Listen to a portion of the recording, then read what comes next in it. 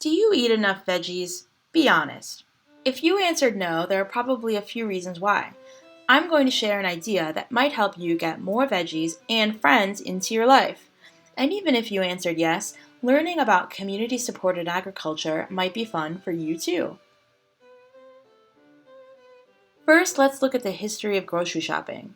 The word grocery comes from the French word gros, meaning large. At modern grocery stores, we can buy in bulk, and there's an emphasis on self service, which can be impersonal.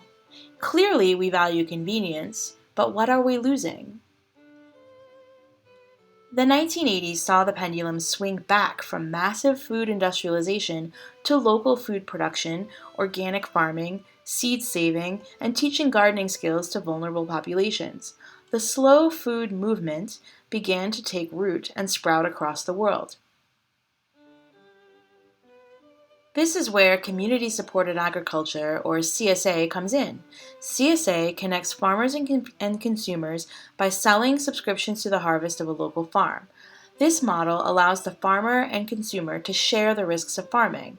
One goal of CSA is strengthening communities through buying local goods. In return for subscribing to a harvest, members receive a weekly box of produce. This includes fruits and vegetables, and sometimes eggs, milk, and meat.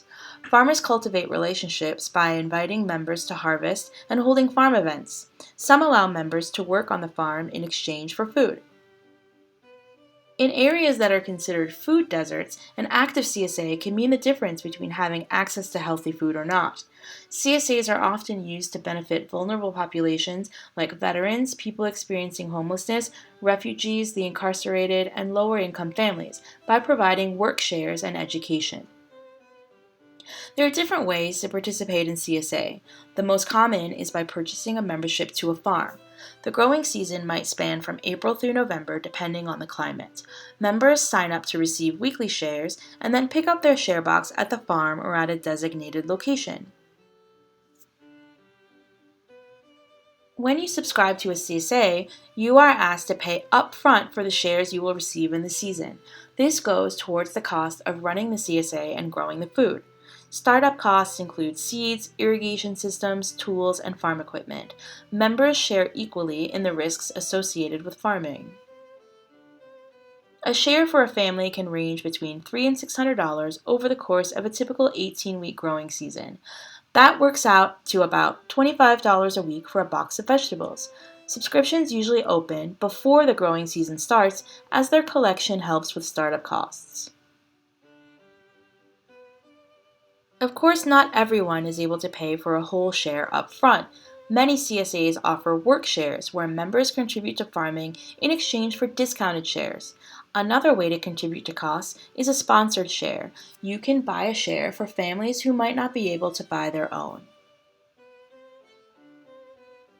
A typical farm day will include a list of jobs to be done based on what needs to be planted or harvested. May is for planting lots of tiny seeds and constructing pea trellises. But no matter when you're working in the season, you can guarantee a portion of your day will be dedicated to pulling weeds. Here's a fantastic model of CSA that serves its immediate surrounding community.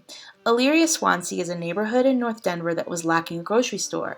Now this area is served by the Grow House, which offers year-round food production, CSA-style food shares, a produce market, and outreach and education. Sprout City Farms is another nonprofit in Denver where I volunteered for 3 years. My membership was a work share, so I did farm work every Saturday morning. The Denver Green School Farm to Cafeteria program was the first of its kind in Colorado. Food grown on the farm traveled about 500 feet to students' lunch trays. As the season progresses, veggie selection will change. Scallions and salad greens come in early, cucumbers about halfway, tomatoes and peppers come in later. Some CSAs let you customize your weekly box, so if you're not a huge fan of beets or squash, you could choose to replace them with carrots or snap peas. One of the fun things about belonging to a CSA is coming up with ways to use the food you receive every week. Many CSAs provide members with recipes based on what's in the share. I discovered a creativity in the kitchen that I didn't even know I had. What would you do with a bunch of leeks? And speaking of cooking, let's compare farm shares from a CSA to the average subscription meal kit. From meeting your farmer personally to producing little to no waste, being a member of a CSA can be more rewarding and more economical than a meal kit delivery service. I describe farming as yoga where you get really dirty. We already know the physical benefits of being outside, stretching, and crawling between rows of food, but there are also mental benefits of digging in the dirt. Research shows that certain bacteria in soil can release serotonin in the brain, improving mood and decreasing anxiety.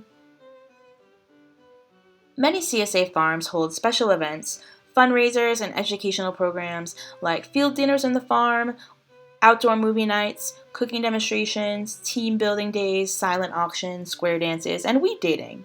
Wait, what? Weed dating? Weed dating is like speed dating. The concept is simple. Participants sit across a table to talk to each other for a fixed amount of time, after which everyone on one side moves down one seat to talk to the next person. But instead of a table in a bar, weed daters meet each other across vegetable beds. Who knows who you'll meet in the weeds? There are over 12,000 CSA farms in the United States. Maybe there are some near you. Localharvest.org is a good place to start looking. Whether you choose to farm or subscribe to a farm share, a CSA is a great way to meet your farmers, support your community, eat healthy, and make friends. Join a CSA and you too can be outstanding in your field.